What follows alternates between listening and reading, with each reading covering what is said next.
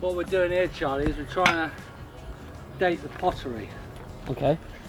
So at the moment we've got it back to around, did you say a 17th century or 16th? Yeah, probably 17th century. So that's the 1600s basically. So we need to get... I was going to say, so what is it you're actually trying to dig up here? What are you trying to find? We don't really know yet. This you're looking for clues in why the walls are here and what they do. And this is quite reminiscent of the bottom of a wall for keeping animals in. Because if you had pigs, they try to dig out. Alright, I get it. So you set that in. But quite definitely that's an outside floor. So basically, Charlie, you've got this layer here, which has got about 3 inches of all sorts. And then below that, you've got this here, which, like we've said before when you've been here, it's all to do with water being delivered and then sent that way, basically out towards the barn and the yard, etc. So we're going under, we're looking to see whether this is substantial or whether it's just loose. So what makes you want to dig up over here from where we were last time? Say again? What makes you want to dig up over here compared to where we were last time? Well, Sean wants to, at the moment we're trying to identify what this wall is all about. So I guess because the wall was already established and it's the highest point, and if the water was being delivered, like I think it was, then it was being delivered along here, around, and then if you swing round and look at the broken white building there, so underneath that, I'll send you some screenshots of satellite imagery. There's some big old chambers under there, so that would make sense, because that then lines up with the front of the house. Front of the house lines up with the pump house at the top of the hill. So they would have brought it, they would have took it out of the river over to the side of the hill and then delivered it down here for whatever purpose. So we need to establish whether that's for whether this was domestic living or whether it was animal housing at the moment. Going down in layers. We go down now and we date the pottery we find, which will give you an earliest date for this floor. And if we think occupation was happening before that, you would dig that floor out and see what's under that. But you do it by stratigraphy, each layer each time, and record what you find. That's typical what we're finding there, that glazed. Yeah. Still got a bit of glaze on it. What, that would have been like a domestic plate or something with a straw? Something like that, domestic pot. Yeah. And you see how it's all crisp.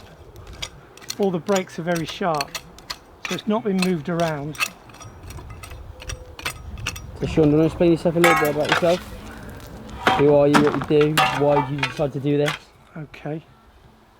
Well, I am an amateur archaeologist. I'm on what's called the Director of Archaeology of Bacchus in Bath and Counties. I'm also on the Somerset Committee down in Taunton, and I'm running outreach programs. And this is outreach, this is about as far as I can come. But I've been to Downside School lately, and what happens is people email into the society and say, I found something, and I have a look. And often I say, you haven't found anything, and drive off. But I met Steve, and Steve's really interested, and he started digging. So the idea of the next few months is to teach him how to do it as an archaeologist rather than just dig. Yeah, like And who knows? do it like an educated person rather than a country bumpkin. Something like that. Well, there's a difference between treasure hunting and archaeology. Yeah, sure. Treasure hunters dig holes. We carefully dig holes and record as we go. What have you picked up so far from Sean? Not much. Not a great deal. I mean, he thinks. I kind of say, oh, I think we found Caesar's bathing paradise, and he says it's more likely to be a outside privy. I say shut up. Well, I've been digging 20 years, and the first thing to remember is there's usually an obvious reason for something. And the grander your theories go, the more you're off the wheel. Yeah, if it's smaller than your fingernail, you've got to fling it apparently. You can see like those 3 stones there and that stone there are connected with that stone there. And I guess because I spent so much time around masonry and mortar and doing what I do for a living, it's helping me to identify what a lot of people would just think is infill where a building may have collapsed. This is not that.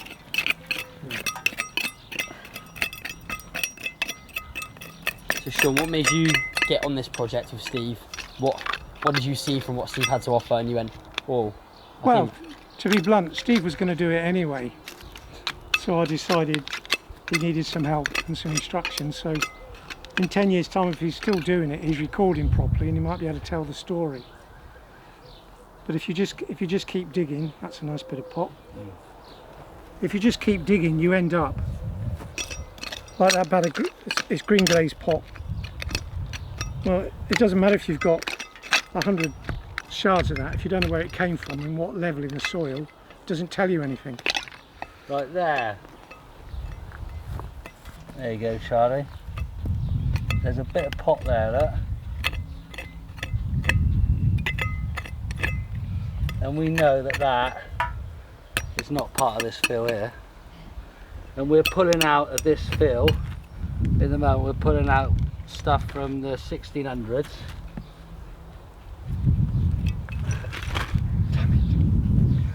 So when I give that to Sean now, he'll either say, keep digging, or yeah, nice bit of pot there. That could be pie crust.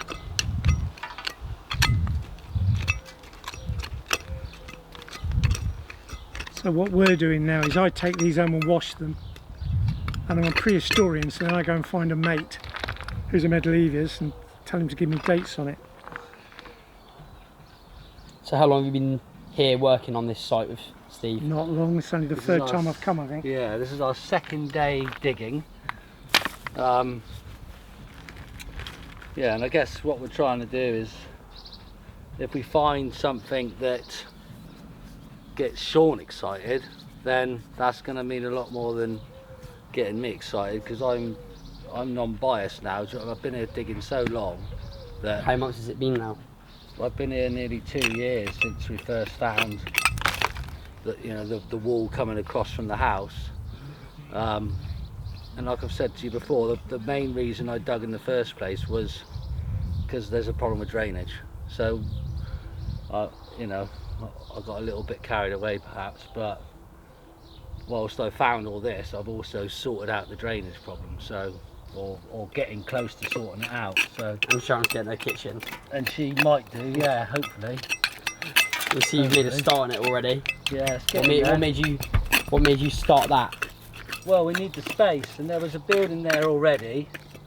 Because you've obviously covered the well. Well, I've covered it, but it'll be part of the floor in a minute. So we've only covered it temporarily. So everything that was underneath the floor there'll be visible glass panels within the floor, so that we can protect. And obviously the well, hopefully we'll be able to see that from inside the When I was speaking to John before, he was saying, oh, it's alright, there's more wells around. There's more wells? Yeah, Yeah. there's plenty of wells, I reckon. I would imagine so. Again, Sean will try and keep my feet on the ground, but I think there's probably a series of wells within the garden. Post holes. So they would have built their structures, well, I think that the theory is that the Romans built out of stone, so they thought, we're not gonna, it's too cold, it's too hard to heat, blah blah blah blah. So the story is that they took the buildings down, probably to foundation level or dwarf wall level, and then they built structures out of timber. And to do that, they had to have big posts, and we're not talking posts you know, like you would build that building, 4x2, 6x2, 8x2, we're talking tree trunks, you know, talking 25-inch round piece of the timber. So we're looking for these holes, and we got one here.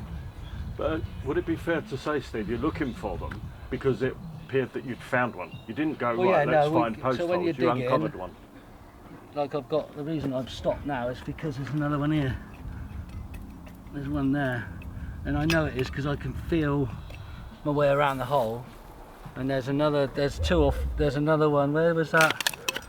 I think there's there. So there's a couple, there's an area here which is similar to that there, where there's 2 holes. I found a medieval bloody trowel then. So yeah, what we want to try and do is, if we can clean both sides of this wall, you know, the same distance either side, if we've then got a row of post holes both sides of the wall, then when we come to draw it and log it all and sketch it, we'll be able to see whether there's a pattern to that and whether it's starting to make up a shape of a building. And that's not that you've dug a hole and called it a post hole, that's because there's solid material around the outside and earthing. Yeah, it seems, well, it's a bit of a, I'm not sure if you know, but I don't know, but it seems like the post hole was in, but it was also where the water would go. So is that, I asked you this morning, didn't I, is that because that's where the water would go, therefore that ground would be kept moist, which would prevent the post from, the ground around the post from drying out too much, and then you'd have movement. So they had to make sure that those uprights were, you know, in substantial. The ground. Yeah. You couldn't have it like the fences are out in the paddocks where we've had no rain for, you know, 6 weeks, so you do that with the posts. And then if you come over here, Charlie, one of the things Sean said to me last time he was here was that quite often when you've got a post in the ground, you'll have larger stones around the post, and if you look down here, you know, to wedge it, so they would have had a big post in the floor. It would have been a lot deeper than that. That's not the base of the hole yet, but you know, they might have sort of like eyed it up and gone, oh, you need to put something in there, and wedged it either side. So that could be a packing stone there, or it could be another level. We don't know yet, but it's definitely a hole, and it keeps going. And the same there, and the same there, and the same there. And do you remember over by the swimming pool we had the same post holes, different material, but the same. Sean flung it over his shoulder. So what's that bag? So, yeah. This is a bag of fines from on top of this floor. And this is a bag of fines for in here, because that floor seems to stop about there. Little bits of bone, put them in out of interest. The fascinating element there, Charlie, is that to the majority of us, we pick up what we may think is a little bit of stone or a pebble or something. But Sean's knowledge and Sean's contact's knowledge determines not only what it really is, but how old it is. And then the fact that it's in amongst all this stonework, then you can date the stonework from the finds within it. To expand it, what would be really interesting here would be to do test pits in all the gardens. Yeah.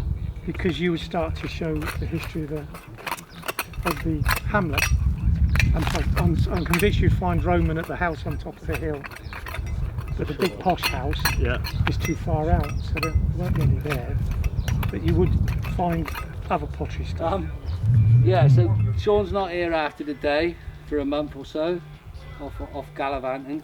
So I'm going to scrape this square that we're here now, down to this level. And you heard it here first, I will not go under until Sean comes back. No, you need to look at it. And then when Sean comes back, hopefully this whole area we'll be able to see the shape. I'll have a load more pottery, and at that point we'll decide where's the best place to go under. and then we'll go a bit deeper. By then.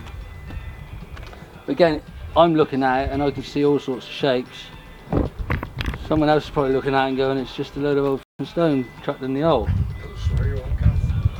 He's got one of those things, you can beep it out. Oh, can have your He uses AI nowadays. It'll just be a big beep, wouldn't it? That's the good thing about not being restricted by the laws of TV. YouTube, you can say what you want nowadays. I'll send you some screenshots from Google Earth, because there's some proper good videos. But if you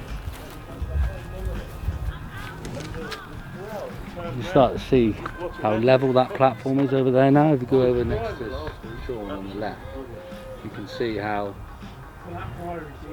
the top of the wall that we've got there is, see how that's sort of the same level as the wall, and then the gap in between is where that's like the drain, that's where the water goes. But when we take, you see where the dog is, so just to the left of him, he's just stood on that wedge of material there, which is about 8 inches thick. All of that is, we believe, is from the 1600s. So what we need to do is go down below that, probably 12 inches or so, and then we should find the original surface of whatever it is. It's not a shed.